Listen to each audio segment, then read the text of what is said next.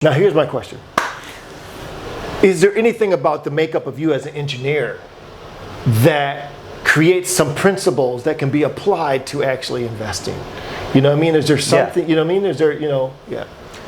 Yeah, I think it's. But talk to me in terms I'm going to understand. Yeah, no, I mean, it's just probably just what I said. It's like using data. Using data. Like leveraging all the data you have at your disposal to increase the probability of getting the right answer. Now, when you say that using data, do you mean like just do some freaking research? Yeah, like learn about the founders of a coin. You know, do they have a good track record? Yeah. Learn about the technology. What's its purpose? Okay. Like what market is it serving? Is there a need for this problem that's being solved? Right. In the future, is it going to be a problem that's worth solving that people are going to pay for? Okay. You know. Okay. So the research is a big one. Research. Yeah. Now, so we're talking about crypto in that sense, but for me, when I was a young investor, one of the things I did something similar, which is good. I don't know if it's similar, but what happened was. I think it was in ninth grade. My ninth grade science teacher had me do an experiment, which was go into a store and write down all of the makers of stuff in a particular aisle. And I went there and there was like, it was like Procter & Gamble. And I just couldn't believe how many things were made by Procter & Gamble. Another one was Johnson Wax. It was like, and then the big one for me was Johnson & Johnson products. And I realized how many things in a given aisle are made by Johnson & Johnson. So it's kind of like a research type of thing, maybe whatever. So when I was 18, I bought my first stock, which was Johnson & Johnson, because I realized how many different products that they had on the market and them being involved with pharmaceuticals. I'm like, this thing is going to be around for a long time. So is that the kind of stuff that you're talking about when you talk about just kind of do the work? That's kind of, but as an engineer that really tries to reduce my risk, I try to be thorough also. So you had one data point, but I would probably also go and research, like who's the founder, or who's the CEO, like what is their future vision. Okay, good. Maybe do a little more research. Use Google, right? Right. And, okay, good. So I hit one of maybe 10 points where the engineer would have hit 10. I hit one, but still I was on the right track. You're on the right track. You knew that they had a lot of products, but also looking into the future, what's their direction? Okay, good. This is solid stuff because this is why I'm asking you, and this is why you're on the show, so we can get into the mindset of what you do in order for us to kind of become more bereft, if you will, in our investments. Okay, that's one. What's the other thing? As far as a principle of yours as an engineer that can be applied to investing. Other than gathering data? Yeah. Yeah, so I mean, mainly it's researching it's researching the technology also. Mm-hmm.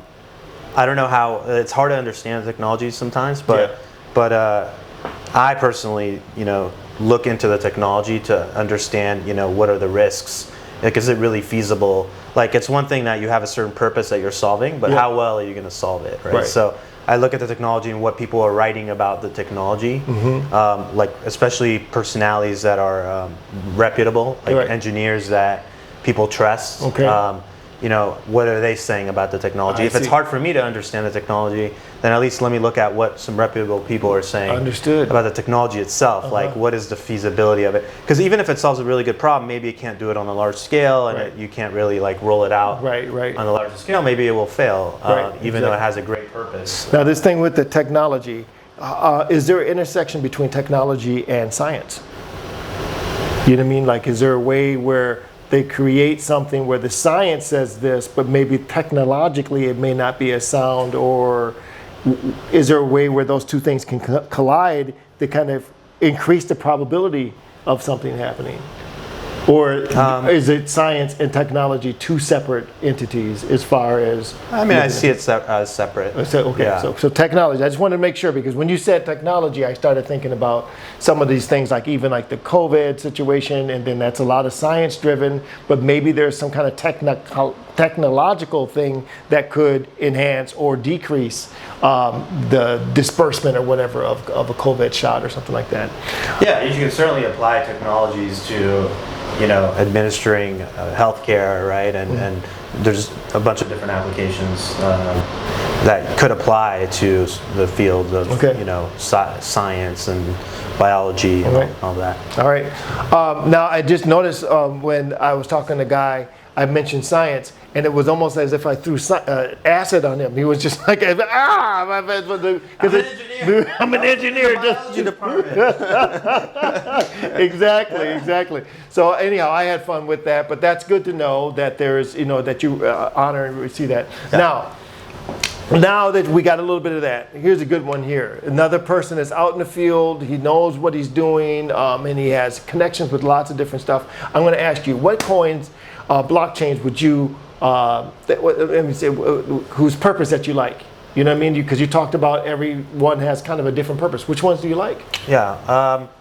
So there's Cardano is one, and the reason why is it can scale, right? And what does that mean? Because I'm probably speaking engineering language. That's all right. Right. First of all, let's start with Cardano. What is their philosophy, or what is their what's their signature? Yeah. So it's similar to Ethereum in that you can build actual financial applications on top of it. Okay. That are decentralized. So you can build different, different functions that would be provided by, let's say, a bank, like financial instruments. Okay. Like lending. You would be able to actually develop that on Cardano. Okay. But the speed is much faster than Ethereum currently is, and so you can actually roll that out on a larger scale. Okay. Right, and so you can build all kinds of applications, real world applications, Financial applications, and even beyond that, there's other applications. It's not as well. exclusively financial. Yeah. Okay. All right. Yeah, and because they use a different algorithm like proof of stake instead of proof of work, so that's why it can scale more, because it's much more efficient than using proof of work, so it doesn't use as much electricity, and you can process transactions more quickly. So we're going to get into that. That's going to have to be another episode as far as proof of scale, you said? Stake. Proof of stake versus proof of work. Proof of work. Yeah. Right? So so we'll get into that more. But okay, so we got Cardano. Give me two more. So another one is Zcash. Zcash, Z-C-A-S-H. Z, the letter Z, and then cash. Cash. Zcash. C-A-S-H. All right, so we got Zcash. What's their signature? So it's privacy. Simply put, it's like Bitcoin, but it provides more privacy for the transactors. Okay. So, Bitcoin gives you a certain amount of privacy, but certain people can actually look at the key and figure out Enough information. Yeah. And this gives you more privacy. Locks it down. Yeah. So for those that desire more privacy, whether it's a business or you don't want. There are legitimate reasons to have privacy other than being a criminal. Right. And so there's a market for the privacy. Okay, so we got Zcash, and then give me one more. Let's roll out, and then that'll be a button in our episode. Another one that I'm trying to pick like ones that have utility that is kind of like good for different than the other, way different. There's different variants. Right. So we got financial one, we got a security one. Security one. Is there any I think about environmental? Tron is an interesting one. Which one? Tron. Tron. Like the movie. Like the movie. Yeah. Okay. All right. All right. We got Tron. What's their signature? So it's more like providing content. Okay. In a decentralized way. So instead of having a centralized entity like, let's say, Netflix providing you content, you can do this in a decentralized way, which has a lot of benefits for the consumer and for the content creator. Can you give me an example of a decentralized content situation? Just anybody, anywhere can just throw anything in there? Yeah, like if someone wants to create a show or a commercial or a movie, they can host it on this decentralized service, right? And now you took out the middleman, so you have better cost for the consumer, and the content creator can make more because the middleman is taking less. Right. And also there's, you're also decentralizing the content itself, so you can prevent, tampering with data and things like that. Nice. Or someone deleting your video right. or something, right? Like if all the servers crash. So there's little advantages like that. But which has kind of been a nightmare, it's like if anybody's ever done anything as far as content, and if you lost that content, even if it's just for a moment, there's a hot flash that goes over you that cannot be described. Right? Yeah. I've seen people cry. You know, like, right. I've seen a few meltdowns before. So. yeah, and then it's just kind of like, you know, like when you have a paper you're writing for college and you spent like 3 weeks on it and then you lose it. Yeah. You know, but now if you put it in the cloud and you use like Google Docs, Yeah. you know, like you may not find yourself crying for a week after you lost your work.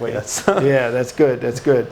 So, all right. So that's a warm up. We got more in store with my main man Guy. But for right now, that's enough. We got a good chance to get introduced to the man behind the magic and some of his adventures around the world and some of his picks and why. Thank you for watching this episode of The Crypto Show. Take care. Thanks for having me. Right on.